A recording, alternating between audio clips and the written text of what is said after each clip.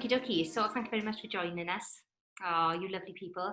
I think, it's funny being in this situation now where I just feel lonely. As a director, I suppose in the room, obviously, you do feel lonely because you are a little bit like isolated. And then when I get to work with people like yourselves, it sort of makes it more like a team effort. And I gotta say, I really miss that.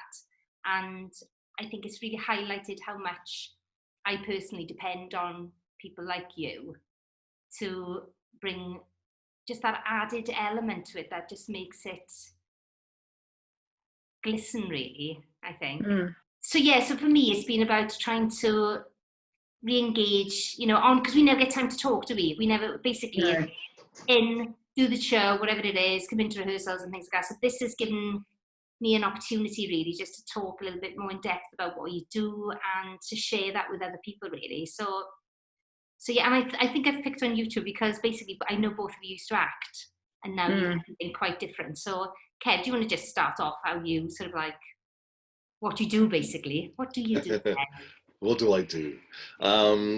I choreograph violence for a living. Basically. Started when I was in college, 1988, and then I was an apprentice for 5 years. And then throughout that time, I was still going off acting because that's what I studied to do. So graduated from college in 1991, went straight into acting pieces over in London, Norwich, Birmingham, doing TV, stage, radio, America, did a tour over there and then came back and then graduated again with all my fight stuff in 93. Became a fight teacher in 93 for equity with the British Academy of Dramatic Combat. And then I was getting offered loads of work to choreograph pieces in theatre and TV, which I had to turn down because I had no backup. I had no insurance or anything because I wasn't professional. So I was told to turn professional. So I had to train for another 3 years, 3.5 years, to get all my professional qualifications. So I had to get all my sport fencing, had to get my first aid, had to get my martial arts up to first Dan grade. And then I had a 10-day exam after all that. And so that was 10 days of that. So being flung, literally weapon systems in the morning and other little tasks and stuff to do. And it had to pass every single one. It was pass-fail. So I had to pass the majority of them. And so then did all that, got all my qualifications, went to equity, went, there you go. And they went, fine, thank you very much. And that was in July 1996 was when I got given the piece of paper saying, congratulations, you're on the equity register. And then I got my first job in August, first week of August. And that was with Publica. Yay. So, yeah. I think that's the thing that sort of fascinates me, really, because I suppose if you're into acting and things like that, how it changes and why, because I think some people think I'll always act or I'll always, do you know what I mean? And so to make that change into something that's so specific as well, for you, Em, So are you a voice coach? What is, because for Nanog, you come in and help us with accents, things like that. But also I think the thing that really is the magic that I've seen happen in the room is the sort of the training of the voice, really. I think that is just brilliant. But for you, going from acting to voice is quite a specific, shift, really, isn't it? It's very... Yes. And I think it had to do with a series of events. I think, unfortunately, my father had a very minor stroke. I just turned 30. I was coming up to 31, and he had a very minor stroke. And so watching his recovery was really interesting. The little bits of speech therapy that he had to have, seeing him regain movement in his face, I just thought this was the most exciting and rewarding thing to work on with someone else. And I had begun to kind of change my mind about what I wanted to be, the person I wanted to be and I wasn't too sure whether acting was really for me as a person, because I met a few people, I suppose, that I would say hadn't made the best choices in their careers and had lost an awful lot of their lives to acting. So I suppose that did change my mind a little bit, but watching Dad's recovery was amazing to see. And in fact, actually, I went on to write my dissertation on voice work and stroke clients. And I worked with stroke clients for a couple of years after I qualified, which was just an amazing journey. And then also I just fell out of love with acting, and I thought long and hard about it, because I thought I don't want to be the kind of teacher in our industry that's watching their clients, students on stage and going, oh, I could be doing that. I wanted to make sure I could look at someone and go, yes, I'm a part of that achievement. And my job on set or in the theatre is to make you look as good as you possibly can. And I'm genuinely so ambitious for the actors to do their best and to feel safe and secure and love what they're doing in the moment. And that has been, again, another great joy, just to let that go and go, yes, I'm here for you. And I love it. I love it. How does that work with, saying goodbye to acting and having this new career and everything? How do you miss acting? Or? Yeah, I mean, I still act. I still act once in a while. It hasn't gone. The way my fighting style, the way that I work is very linked to my acting skills that I've got and training and experience that I've had throughout the years, my movement skills that I've gained throughout the years, as well as mixing it up with a lot of people out there that a lot of people would not have even gone and talked to, such as Army veterans. I've got a very good friend who used to work in the CIA in Langley, Virginia. He's one of my mentors. I've mixed it up with some gangland people, with I just needed to get into their heads. I just needed to see what they were feeling and where they come from. I do a lot of research, so every time I go off and do things, I make sure that I'm prepped to the best of my ability. I'm not going to walk into a room and go, yes, I know exactly what I'm talking about. And I don't, I've been on the other side of that when I've been acting, and I've come across people who have done that. And I've looked at them and just literally thought to myself, you have no clue what you're talking about right now. I think I would concur with that as an accent coach. I think I would absolutely agree with that. Having been on the other side of and thinking, well, this is not how this goes at all.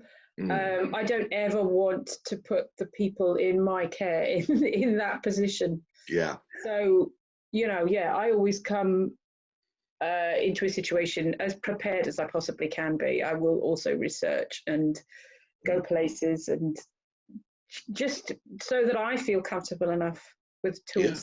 Yeah. Have you ever been sort of like, can you think of a moment where you've actually gone, oh, I can't help this person. I can't shift this. Sorry. Yeah. Yes. You go first, Ernst. You go first, Ernst. You go first. Well, I think casting, good casting is so vital, because actually you have to give your performers a chance. So if they're walking into a room and they're already on the back foot because they can't do something, they really can't do something, and that hasn't been checked, then no amount of work that I do will change that. It might shift it a little bit, but I often find that, not often, but I have found in the past that it can really destroy an actor's confidence. If I'm doing something and I'm all bells and whistles and they're going, Yeah. Yeah. For real. You know, we, And can you see that? Like, can you see that sort of slipping away? Because I can as well when I'm directing, and you know, again, it does come down to that casting, that audition. You're thinking, oh my god, they'd be great, they'd be great. And then you get them in the room, and it's like, uh, there's a disconnect here, and you desperately trying to, like, from my point of view, I'm just trying to mold them into the character that I need on stage, and it's like just not coming at all, and it comes a point sometimes you just go, right, that's as far as I'm going to go here. I won't be able to get it there. So, you know, in the past I would have probably kept on and on and on and on and on, and actually make it worse. I think you've just got to make the decision, and also take responsibility for that as well, isn't it? As someone who's cast it, you're going, you know, and you don't, you know, those things are precarious in a way. What you have in the audition, that whatever it is, 30 minutes or whatever. yeah. And then for you, Kev, is that sort of like?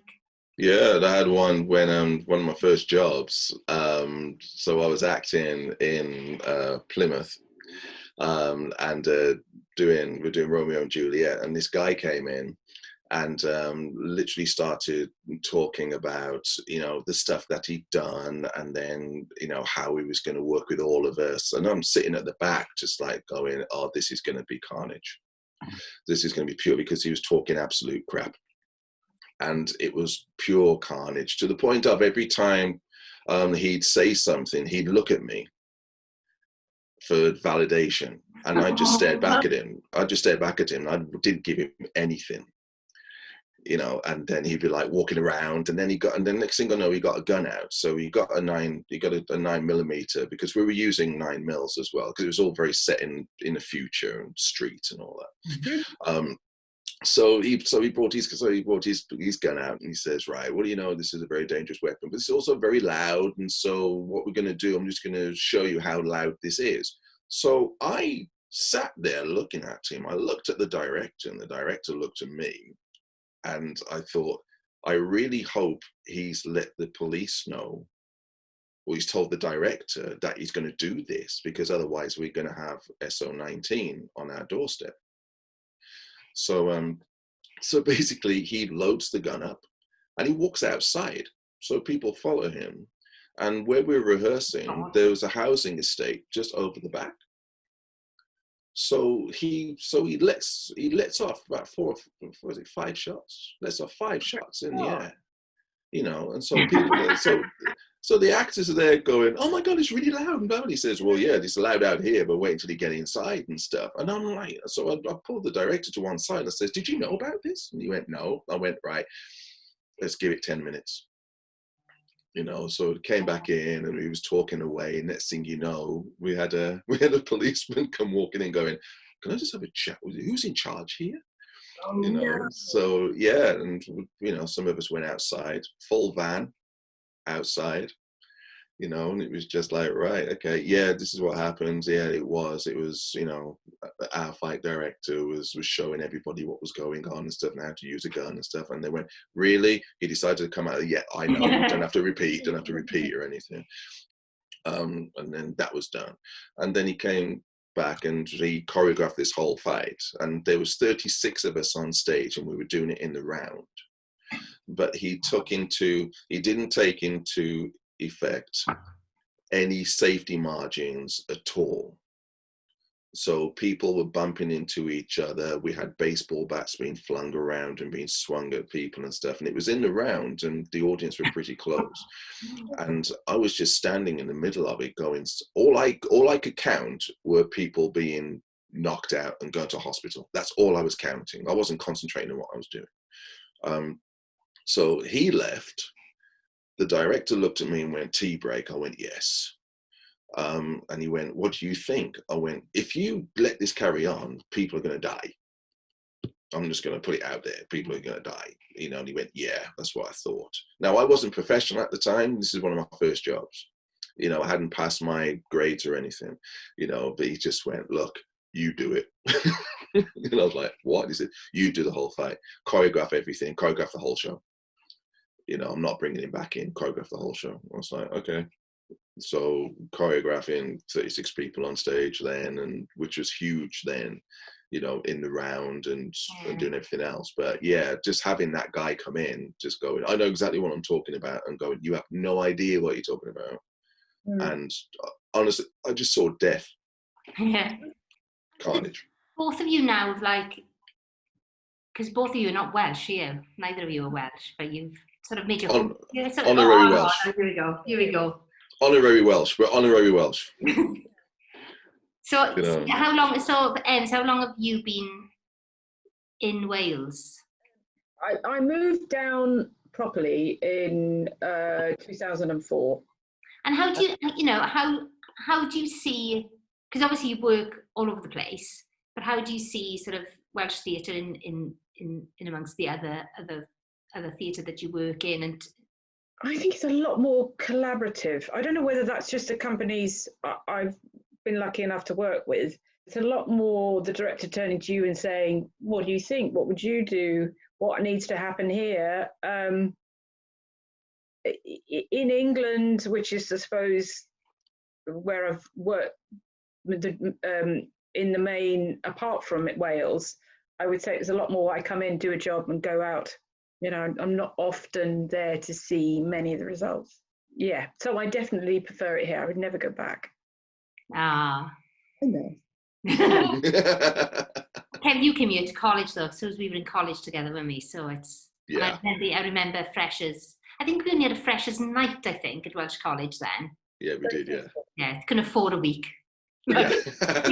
Didn't have us on a freshers week. It was one night. It was one night. One Sunday night. That was it. You know. Great fun. Yeah, and you've lived here ever since, really, haven't you? Yeah. And why do you think you've sort of based yourself here? Because obviously you work all over the place. The energy, how people react to each other. It's friendly. It's a really friendly, beautiful, honest place. I've been down here 26 years. I've never had an incident ever. I've never been in an incident, never had anybody, you know, like try it on or anything like that. You know, you go out in an evening, it's great, it's chilled, it's happy. Everybody's happy. You know, you know, from what I've found, there's no animosity, there's no hassle. You know, you just go out, have a great evening. You know, there's, you know, everybody around, all my friends down here, beautiful people, you know, honest people, every single one. You know, I love it down here, you know. I remember one of the first mornings I was here, I walked across the bridge going near, what's that pub? Yeah, define everything by pub. Well, anyway, the bridge going into town, and there was a seagull eating a fish on the floor of the, you know, just on the riverbank. And this old man came over and just chatted to me about the bird eating the fish. I clearly jumped out of my skin as a Londoner to have someone just come up and chat to you about something that you're looking at. I think I looked at him open mouthed for about 20 seconds. What are you doing? Oh, you're just talking to me. You don't want anything. You're not asking me for money. You're not even asking me for directions. You just wanted to talk about the fact that the bird was eating the fish. Oh, that's different, man.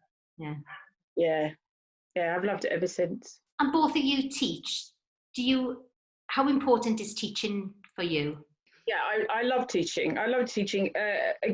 Again, it's been a great joy. Going back to what I've said about the actors in the space, it's been a privilege to look at young people coming up and developing their skills. It's a privilege teaching, and you need to be in love with it to do it, I think. Yeah, I mean, I love teaching. Teaching is the the grassroots. That's where you find yourself. That's where you're going to learn your trade. You're not going to learn your trade by going and doing a show. You know, that's a blessing. You know, it's the fact of being able to walk into a room and you have to be on point. And if you're on point, knowing what you're doing and how you're going to teach it, Then when you go into the professional world, then you can hold your own. And I love teaching. I love having that communication, and the same as Ems, is seeing somebody come up and doing what they do, you know, knowing that you've helped to kickstart that is a privilege. Yeah, so, I think what else is like I'm missing at the moment, you know, working even on a show, whatever, and working with you is I love that the questions you ask me that I've not even asked myself about a scene. Both of you have done this to me and gone, so where did they go to school? So we're talking 1850s, so they would have spoken like this. What did their fathers do? And I'm thinking, oh my God, I don't know. The things you need to know to give that voice some truth, I suppose. And similarly with you, Kev, I remember you saying to me, so where have they just been?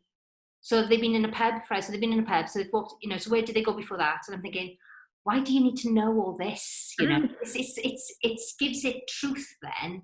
It always takes me by surprise, but I always love it as well, because it's just that it's more than just putting a group of actors on stage and getting them to just portray something. It goes deeper than that. And sometimes it makes me think I haven't given those clues to the actors.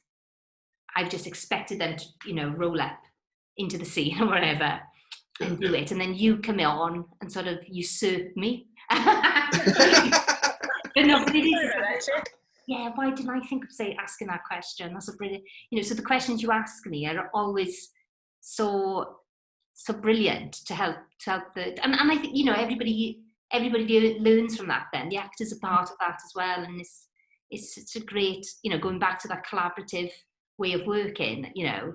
I think going forward, it's I think as an artistic director, you sort of like, you're so obsessed, I suppose, and consumed by running the company, especially in this lockdown time. You're sort of like trying to navigate the company through this time, that you actually forget the actual nub of why you do and why you love what you're doing. And you know, get an opportunity to take something from the page then and put it on the stage, but make it truthful so that the audience can really engage with it. And I depend so much on voice, you know, the fights, you know, because we always talk about the violence. I want it to be violent, Kev. Yeah, I know. Yeah, it just makes you laugh. So yeah, I was trying to. Yes, for kids, it doesn't matter. But yeah, so it's I suppose that's what's made me, you know, have these discussions with people I work with, really. I just want to touch on sort of TV and theatre, because both of you worked on both. Do you have a preference? Theatre for me. Theatre. Just on a purely point of view, definitely TV. You just, you know, that food. You're spoiled in TV. You're spoiled in TV, you know, in terms of how you're treated and purely that TV. But in terms of the actual process, yeah, it's got to be theatre. Got to be theatre. Yeah. Because TV, you've always got to. You've got to rely on speed. You've got to literally, you know, by the time you've walked on set, and by the time they've set the cameras and, you know, done the lighting and worked out the sound and done the makeup, you know, it takes about 15 minutes, and you've got to do a scene in 15 minutes. You've done your prep already. You know, you've been sent the scene and you've got to do your risk assessment. So you know this scene backwards by the time you walk on set. But then it might have changed from the time you've walked from the green room onto set. You know, they might have changed lines, which throws the whole scene. They've suddenly gone, we can't do this now because, you know, and you know, actor's got an injury, or, you know, so we've got to look at this, we've got to shoot it differently. It's kind of like, okay, then fine. So, you know, I don't go on with a fight scene in my head, you know, but it's the fact of we've literally got 15 minutes to sort everything out before we go, right, let's do the first take. You know, it's very fast, you know, but that's on Soapland, you know, it's literally 15, 20 minutes. When you get on movies, it's depending on the scale of the movie. You know, you can have a low budget movie where everybody wants to collaborate, which is brilliant. Then everybody's got a voice, you know, and then the further on up you go, the further down you go.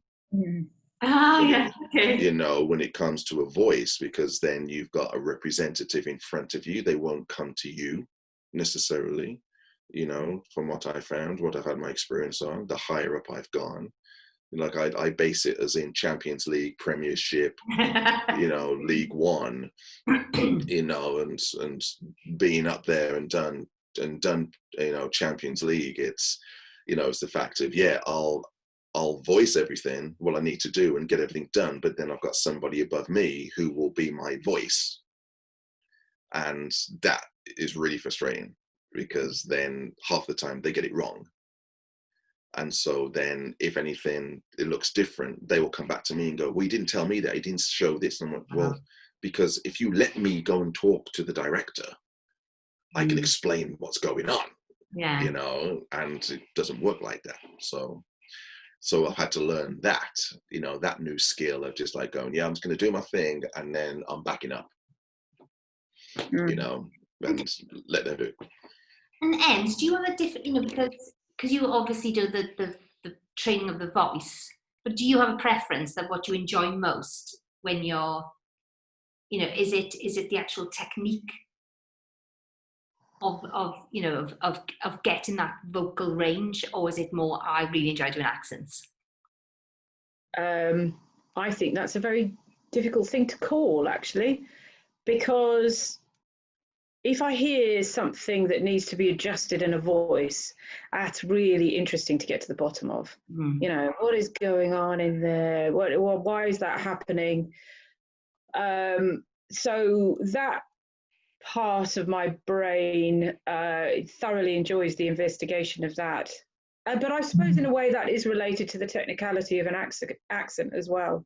You know, working out why you can't, I've discovered, obviously, after many years, should have done it quicker, you can't teach accents in one certain way. There has to be a whole round, a whole toolkit that you've got there, because not everybody, I know for myself, I work really technically. I like to know where my tongue is, what my soft palate is doing, all those kind of minutiae. I really love that. But other people can't work with that and have to look at a general picture and have to go with you know, the sound, which I hate, and I think you should go with the feeling. But you can't dictate with everybody. Everybody has their own learning styles. So I think both voice and accent bring their lovely challenges. I like both of them. Oh, that's a rubbish answer. I think we talk about this a bit. Do you find there's a certain accent that can't shift into another accent? Sometimes the Welsh accents are quite difficult to shift. I've discovered that people of mixed heritage, doesn't matter what it is, Scottish and Jamaican, Irish and Swahili, I found that people of mixed heritage are quite often better at accents. Ah, okay. Because you grow up with different sounds in your ears, as well as the third, probably going to school, which is a different thing again. So they're quite often, people like that are often quite good at accents. Areas that are quite remote and don't get a lot of outside influences, those accents tend to be harder to shift. Ah, it's interesting, isn't it? I love it, and I love the psychology behind it. I love the class system that works with an accent. You know, and you know, it's just fascinating. What are your thoughts on theatre? You know, obviously, because that's my thing. You know, what are your thoughts on what that's going to be like? And oh god, you see your faces headed all of it.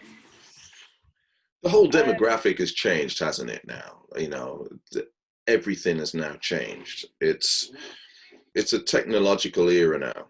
You know, we've had to embrace new tech. You know, the youngsters, they've grown up with this stuff, so it's kind of like it's water off a duck's back to them. We've had to learn new stuff here with technology, you know, and you know, I think that's one of the biggest skills that every adult has learned, that is not a technophobe. You know, it's kind of like you can have your IT people and they do all this for a job every single day and it's fine, but people such as you know, in the creative industry that are practical people, physical people such as us, having to learn brand new IT skills. I mean, it's just ridiculous now, you know, but yeah, I mean, I honestly don't know how it's all going to work.